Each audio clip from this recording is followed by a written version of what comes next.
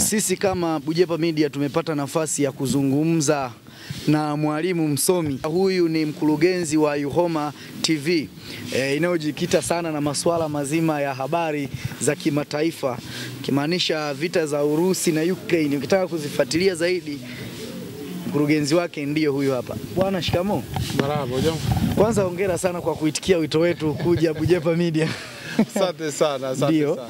Okay, kwa wale wasio kufahamu vizuri, labda unaweza kufahamu kwa majina yapi haswa? Mimi kwa majina naitwa Yusufu Yahaya Abduri. Ni mkazi wa Mwanza. Na kama ulivyonitambulisha, mimi ni mkurugenzi wa Yuhoma TV. Yes. Okay. Kwa haraka watu wasio mfahamu Yuhoma. Yuhoma ni mtu wa namna gani? Yusufu Yahaya Abduri, ambaye ni mkurugenzi wa Yuhoma TV, lakini vile vile ni mkurugenzi wa Yuhoma Education Limited, ambao tunadili sana na mambo ya vyuo vikuu nje ya nchi, lakini na ushauri wa kielimu. Kwa sababu umeanza kunitambulisha kuwa mimi ni mwalimu, ni kweli tunadili na mambo ya shule ya vyuo vikuu kwenye upande wa ushauri wa kielimu. Mwanafunzi akasome wapi, akasome nini, anataka kuwa nani na kwa gharama zipi, na kesho na kesho kutwa tunaangalia ni vigezo vipi vinavyomfaa kwenye soko la ajira. Okay. Lakini vile vile ninashughulika na mambo ya ajira na Yuhoma Recruitment Agency, ambao tunashughulika sana na mambo ya ajira binafsi kama wakala. Asante sana. Okay. Hiyo kazi ya kutoa watu Tanzania kuwapeleka nje ya nchi kwenda kusoma ulianza mwaka gani? Mimi nilianza toka 2013. Ndio nilipoanza hii kazi, lakini nashukuru Mungu mpaka sasa hivi ninaendelea nayo. Ni kwa nini uliamua kufanya hiyo biashara ya kuchukua wa Tanzania kuwapeleka nje ya nchi kupata elimu? Na ni kwa nini hukuamua kufanya kazi nyingine? Labda nikuambie, mimi ni mwalimu. Na kitu ninachokipenda sana katika maisha yangu ni kumuondoa mtu katika nafasi ya ujinga, kuinvesti sana kwenye mambo ya akili, lakini kutumia akili sana katika kuishi katika mazingira alionayo. Kwa hiyo mimi nilivyosoma nilipata bahati sana, nimesoma Tanzania, nimesoma humu mpaka level yangu. Sasa hivi namalizia PhD yangu ya elimu, nafanya philosophy and education hapa St. Agustini, lakini nimepata bahati ya kufundisha kama mwalimu kuanzia level ya chini, naongelea primary, mpaka nimefundisha sekondari. Nimepata bahati ya kufundisha na vyuo. Okay. Lakini kufundisha kwangu vyuo kumenisaidia sana kuwa ni miongoni mwa watu ambao wanaijua sana sekta ya elimu hapa Tanzania. Okay. Mimi naweza nikasema ni mtaalamu wa masuala mazima ya elimu. Hakuna kitu unaweza kundai. Mwalimu, hivi neno elimu lina herufi ngapi? Asante sana. Mimi naona ni changamoto tu, lakini wewe unaweza kujua. Tujikite kwenye mambo ambayo ni ya msingi. Haya bwana, hiyo ilikuwa ni chemsha bongo. Juzi bwana Yuhoma, uliviteka vyombo vya habari vya mtandaoni, nikiwa na maanisha mpaka na cha kwako bwana. Hiyo Yuhoma Media ambayo wewe ni mkurugenzi wake, uliiteka pia ikakuposti na vyombo vingine vikakuposti. Haswa tuliona ni mkuu wa mkoa wa Mwanza bwana Saidi Mohamed Mtanda, mteule wa rais, ambaye sisi kwa haraka tuliona anakuambia simama, amka, anakuuliza kama maswali mazito fulani hivi. Ni nani aliyekupa ridhaa ya kutoa wa Tanzania kuwapeleka ni Dubai? Dubai. Na wakati sisi kama viongozi wa serikali tupo na hatujui chochote, na wakati tukitizama naweza nikapitia mle mkuu wa mkoa alivyokuwa anasema, wakati tukitazama leseni zako zimeisha muda wake, na ni kwa nini umeamua kuchukua bodaboda uwapeleke nje ya nchi ili wakafanye? Ninanukuu kama vijana kama sio 200 ni 400 alizungumzia kitu kama hicho, lakini tukawa tunakuona anakuambia simama, amka, mara nijibu mara hivyo, yani kawa kama competition fulani. Huyu bwana na kampuni yake imekuja Mwanza kuwa recruit vijana 400 wapelekwe Dubai. Sio kama mnanielewa vizuri. Tena nitajie mwenyewe, mnawaambia kwamba ili afanikiwe kuingia kwenye hiyo system gharama yake ni shilingi ngapi? Zaidi ya 100,000. Ni zaidi ya 100,000. Wanafanya mikutano na bodaboda, wanaambiwa wataenda Dubai, vijana 400. Umeripoti kwenye serikali hapa Mwanza, katika wilaya yoyote, ofisi ya mkuu wa wilaya ambayo ndio mwenyekiti wa kamati ya usalama ya wilaya? Ukweli ni kwamba hawajui, si ndio? Kampuni yako nimeifanyia utafiti, hata leseni yenu ime-expire. Uongo kweli? Tarehe 13 mwezi wa 10. Imekufa tarehe 13 mwezi wa 10 mwaka huu. Imekuwaje tena na ni kwa nini imefikia hii hatua? Tukaona tukutafute ili tukuulize kiundani zaidi ili kuwaje mpaka mheshimiwa mkuu wa mkoa wa Mwanza akakuita na akaanza kukuuliza maswali mazito kama hayo, na pengine nje ya stori zako hatukuwa tunafahamu kama pia wewe ni wakala wa usafirishaji wa watu kuwapeleka nje kwa ajili ya kupata ajira. Labda niseme kitu kimoja, mimi mwenyewe nilipokea kwa masikitiko makubwa sana. Lakini sikumlaumu sana mheshimiwa mkuu wa mkoa, japokuwa mtu mzima anasema kosei. Ndio. Moja kati ya vitu ambavyo sikuwahi kuvifikiria ni kuwa kutrendi kwenye mtandao negatively. Ndio. Nilitrendi sana kama muuza madafu. Nafikiri unajua stories za muuza madafu walio trendi, lakini kama kidampa. Una dada mmoja za kidampa. Bongera dada. Ni kwamba mtu analia na trendi mpaka anaonekana waziri anataka kumuona na vitu kama hivyo. Nilitamani sana katika maisha yangu ni trend katika very positively. Vitu vya msingi. Vitu vya msingi, kwa sababu sasa hivi taifa lilikuwa taifa tete, tunatakiwa turudi katika mazingira ya amani, maisha tuliyozoea, na vile vile tuweze kusaidiana. Moja, labda niseme kitu kimoja. Mimi kwanza na mshukuru sana Dr. Samia Suluhu Hassan, mama yetu, rais wetu, kwanza kwa kupata tena nafasi ya pili, kugombea katika nafasi ya urais na kupata kijiti kuendelea kwa kuendesha Watanzania na kuaminika kwa hilo. Lakini vile vile nampongeza makamu wa rais Dr. Nchimbi kupata nafasi hiyo vile vile na kuteua na kuaminiwa na Watanzania, na vile vile Zanzibar kule Dr. Mwinyi. Mimi labda niseme kwanza ni kwamba tukio kama hilo, mimi labda ni declare tu mimi ni kiongozi. Ni kiongozi ambao niko kwenye nafasi ya chama. Mimi ni kiongozi, sisi viongozi wengine tuliopata zamana ndani ya chama. Ndio. Na tumepata maadili fulani ambao tulikuwa tutakiwi kwa namna moja nyingine kuchafuka panapobidi. Kwa sababu kuna nafasi zingine kama ya kwangu, nafasi za uteuzi barua zake ni siri. Na mtu kama mkuu wa mkoa nilisikitika sana kuniambia kwanza inaonekana kama anijui. Hilo la kwanza. Lakini la pili, the way nilivyo kama vile nilikuwa ananiataki. Nafanya kitu ambacho ni very illegal, ni kitu ambacho hakikubaliki kabisa. Yani inaonekana kama kuna mjadala fulani ulikuwa unaendelea, alafu mimi nikaingilia, lakini ulikuwa tayari una hitimisho fulani. Kwa hiyo nilipigiwa simu mimi kuwa bana unahitajika kwenye ofisi ya mkuu wa mkoa. Niliacha shughuli zangu za kawaida, nikaenda. Nilivyoingia nilichokikuta ndio kile mlichokirekodi nyinyi. Kaa chini, chukua kiti, rudi nyuma, fanya nini, lakini mwisho niliulizwa maswali kama matatu makubwa. Moja, inaonekana kuna programu moja ya boda boda. Hao waendesha pikipiki wa maafisa usafirishaji wa pikipiki ambao inaonekana mimi nimekaa nao vikao, nimeorganize kuwapeleka Dubai, wako kama 400. Hilo jambo limemfikia ofisini kwake. Lakini la pili aliniuliza, inaonekana ofisi za ulinzi na usalama kwa nafasi ya mkoa na nafasi ya wilaya zote mbili, Ilemela pamoja na Nyamagana, hawana taarifa zitambui kabisa. Lakini tatu, ikaonekana kuna baadhi ya vibali vyangu vinavyonionyesha uhalali wa kufanya hii kazi vimeisha muda wake. Kwa hiyo nikatakiwa ni respondi. Moja, nani ana organize issue ya bodaboda hao kwenda Dubai? Ni mimi au ni mkuu wa mkoa au ofisi ya mkuu wa mkoa? Moja. Lakini la pili, ilikuwa natakiwa ni respondi, vibali vyangu vimeisha, kwa nini sijatoa taarifa?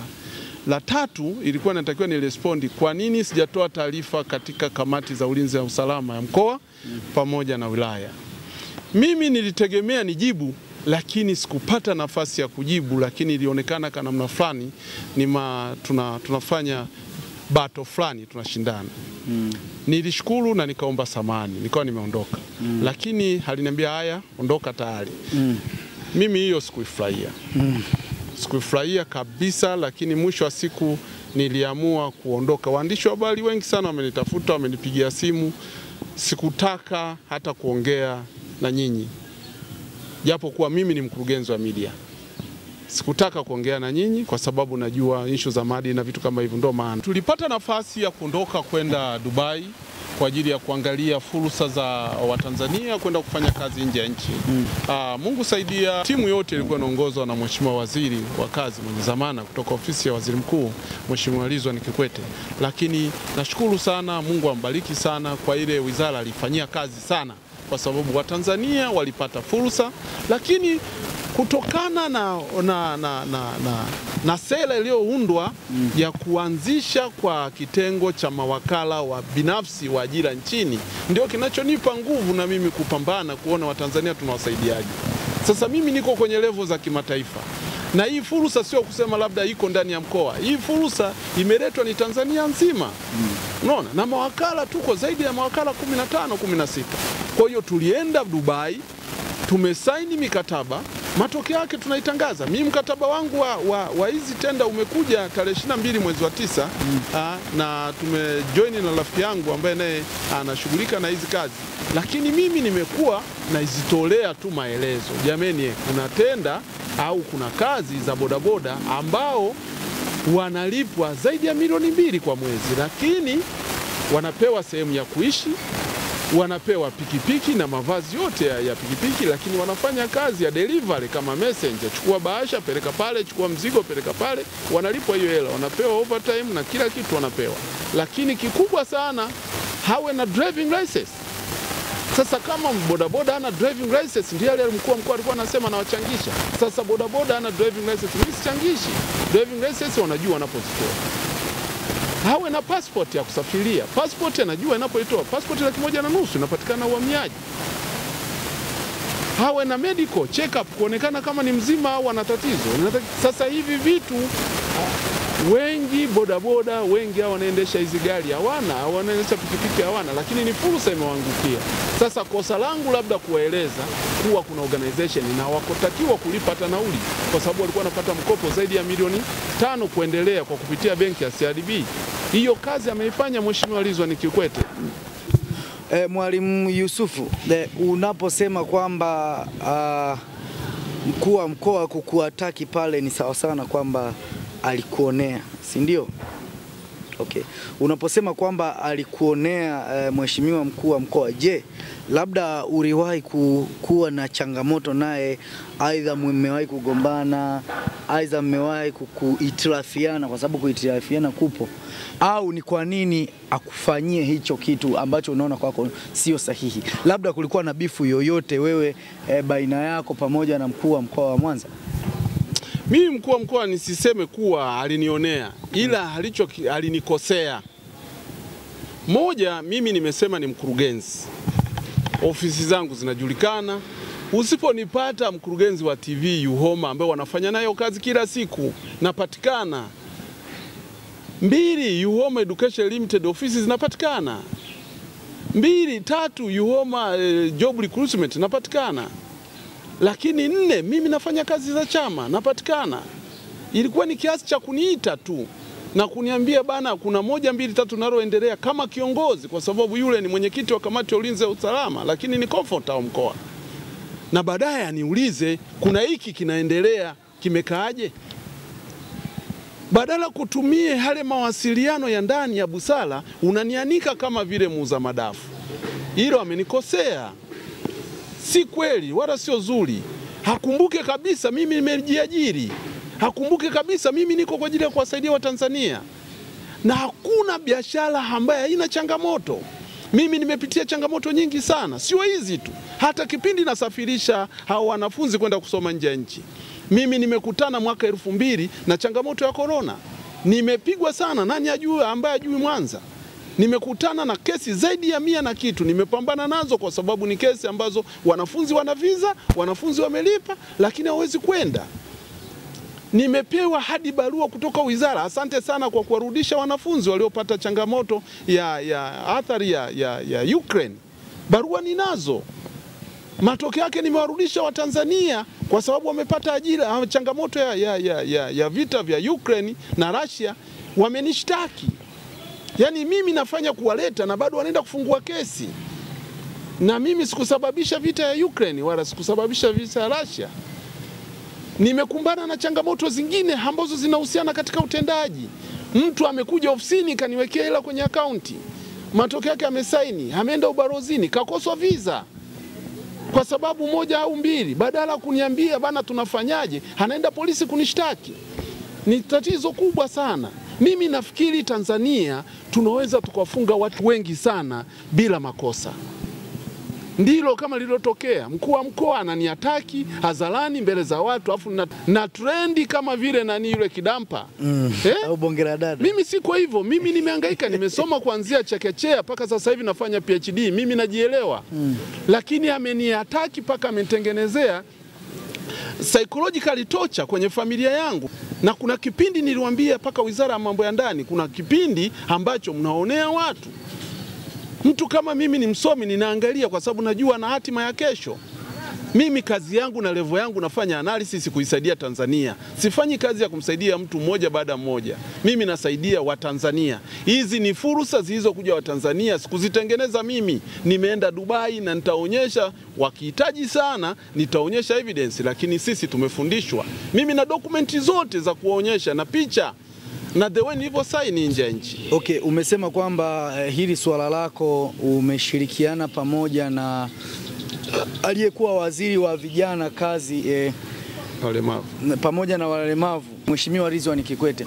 Ikitokea Ridhiwani Kikwete akapigiwa simu akasema halitambui hili swala ulilolisema kwamba uliwahi kushirikiana naye, itakuwaje? Tafasiri sio kushirikiana naye. Tafasiri iko hivi. Sisi tulitoka tukaenda Dubai na yeye na delegate yake na yeye akiwepo. Lakini kikubwa sana kama waziri mwenye zamana anatafuta fursa za Watanzania kwenda kufanya kazi nje ya nchi. Sio kama unanipata. Sisi kazi yetu kama mawakala ni kwenda kupata muongozo sahihi wa serikali ili kuendana na taratibu za nchi. Na kweli kuna watu ambao ni mawakala wenzangu wamefanya kazi, wamepeleka Watanzania mpaka sasa hivi wanafanya kazi. Kwa hiyo hata akipigiwa, akiambiwa nini, sio swala la kushindana kwa sababu ni swala liko wazi. Na dunia iko wazi kwa sababu kuna sehemu ambayo kwa namna moja nyingine tumepiga picha, tuko nje wote. Okay.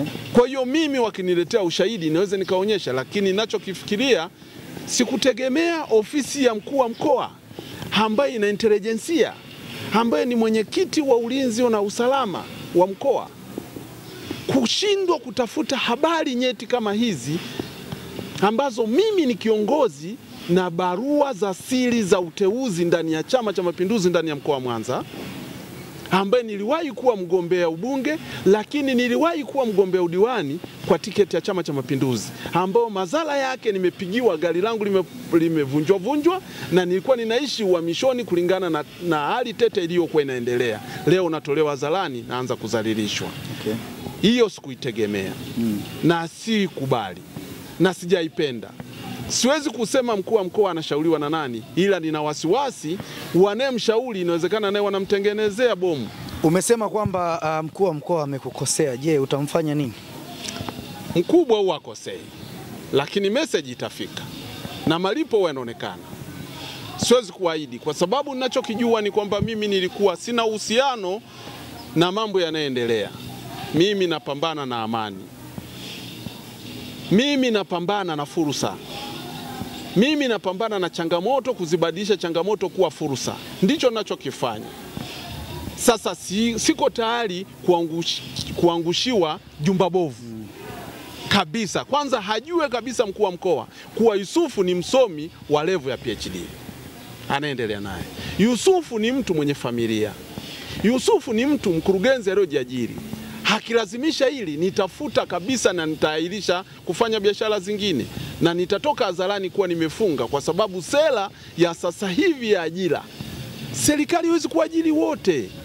Tunajaribu kuwaambia wanafunzi graduate kuwa jameni, serikali haiwezi kuajiri wote. Sasa unaposema jiajiri, lazima uwe role model ya kuonyesha kuwa wewe kweli unaweza kujiajiri. Lakini kama unasema unaweza kujiajiri alafu wewe mwenyewe sio role model, ni kosa.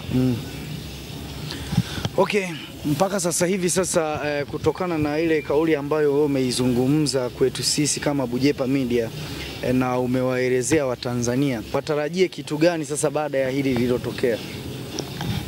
Moja, mimi natamani sana wasiconnect kwanza haya mambo. Fursa hizi na mambo aliyosema mkuu wa mkoa. Mkuu wa mkoa hebu afanye research moja nzuri kuhusiana na haya. Atafute amani ya mkoa. Mimi napenda sana kuna wakuu wa mkoa ambao wanafanya vizuri na wana shida. Kwa mfano, nimemwona kakaangu Mheshimiwa Mtaka. Anajaribu kuleta amani, kuwa comfort watu, na mwisho wa siku hamna kelele. Nimemwona mzee wangu kaka yangu Comrade Chacha, mkuu wa mkoa Tabora. Ndio. Yani anafanya kazi kiasi fulani, hamna kelele. Mimi ni mwekezaji na kumbana na changamoto. Ofisi ya mkuu wa mkoa ndio inatakiwa inisaidie changamoto hizi navukaje. Kwa sababu moja, najaribu kusaidia sio familia yangu, najaribu kuwasaidia Watanzania kulingana na mama anachokisema. Asipende sana kutumia media kwa ajili ya kuleta taharuki.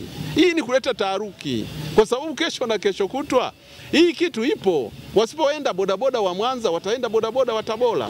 Wasipoenda bodaboda wa Tabora, wataenda bodaboda wengine. Dio. Lakini cha pili sijakijibu. Kwa nini dokumenti zangu inaonekana leseni yangu imeisha muda wake. Na ninapenda sana watu wale alioniambia, watu wa vyombo vyake vya ndani vya intelijensia vilijue hili. Naomba niongee kitu kimoja. Mimi Yusufu nimepewa hii kazi kama mratibu kamati maalum ushindi wa mama, na kupewa barua ya siri ya Chama cha Mapinduzi kupambana kuhakikisha Jemedari Dr. Samia Suluhu Hassan anashinda kwa kishindo, kuzitafuta kula panapowezekana. Nilifunga mambo yangu yote, shughuli zangu za ofisi zote, paka leo ofisi haifanyi kazi kwa sababu nilikuwa ninapambana kuhakikisha mama anashinda. Lakini na mimi nilikuwa miongoni mwa wagombea, nilikuwa nagombea nafasi ya udiwani kata Rucherere. Kwa hiyo niliahirisha kufuatilia masuala ya leseni, imeisha, nikapambana mshikambili moja mponyoka. Kwa hiyo mimi nilipambana na chama. Kwa hiyo swala la leseni kuisha halafu kuconnect na haya mambo si kweli. Nitafanya tu sasa hivi. Uzuri Dr. kisha sema ni kwamba mambo yarudi kama kawaida, kwa hiyo tutaendelea. Lakini ninaliomba hili siku chache zijazo, nafikiri nitafuata maelekezo yake na mambo yataenda vizuri. Kwa sababu ulisema kwamba kuna baadhi ya document ambazo ulizonazo zinazo kuthibitisha kama wewe ni mfanyakazi huru unalitumikia taifa lako la Tanzania kuhakikisha vijana wanapata fursa. Unaweza ukatuonyesha baadhi ya dokumenti ambazo wewe unazo hapa tukaweza na sisi kuangalia kama waandishi? Je, kilichokuwa kinasemwa na mkuu wa mkoa kina uhalali, aidha pengine hajapata taarifa rasmi au hakufuatilia kiundani zaidi? Dokumenti zote ninazo, lakini ziko zingine ambazo mimi nitakupa. Sababu tumekutana, unajua nyinyi waandishi wa habari mnapokuwa mnamtafuta mtu, mnamtafuta hadi uchochoroni. Nitakupatia, na ninafikiria kabla ya kuweka hii habari na chukua zile dokumenti baadhi zitoe ili Watanzania wajue. Kwa hiyo nitakupa hizo dokumenti, utazifanyia kazi, lakini ninazo dokumenti. Na mimi nilichokuwa ninafikiria ni kwamba kaka yangu mpendwa, mkuu wangu wa mkoa, mwenyekiti wangu wa ulinzi wa usalama, lakini mjumbe wangu katika nafasi ya Chama cha Mapinduzi ndani ya mkoa. Pia ni mjumbe wa kamati ya siasa Lazima aingie kwa sababu yeye anahusika moja kwa moja. Naomba nitambue, Yusufu sio muuni. Yusufu sio muuni. Na anatakiwa alitambue hili kwa kuangalia mimi ni mfanyabiashara, ni mwekezaji ndani ya mkoa wa Mwanza. Ila mimi nina changamoto nyingi sana ambazo inawezekana wanempa taarifa wanasababisha paka taharuki. Tulikuwa tunazungumza na Bwana Yusufu ambaye ni mkurugenzi wa Yuhoma Media pamoja na masuala mazima ya kielimu. Amezungumza mawili matatu kutokana na ile changamoto iliyomsibu yeye pamoja na mkuu wa mkoa alipoitwa kwenye ofisi ya mkuu wa mkoa. Ameweza kutoa ufafanuzi juu ya video ambayo ilikuwa ikitembea yeye baina ya mkuu wa mkoa katika mazungumzo makali sana yenye upanga kuwili. Mimi ni Daniel John na nyuma ya kamera ninaye Zaka za kazi, na sisi kama Bujepa Media tunakwambia tumesanuka.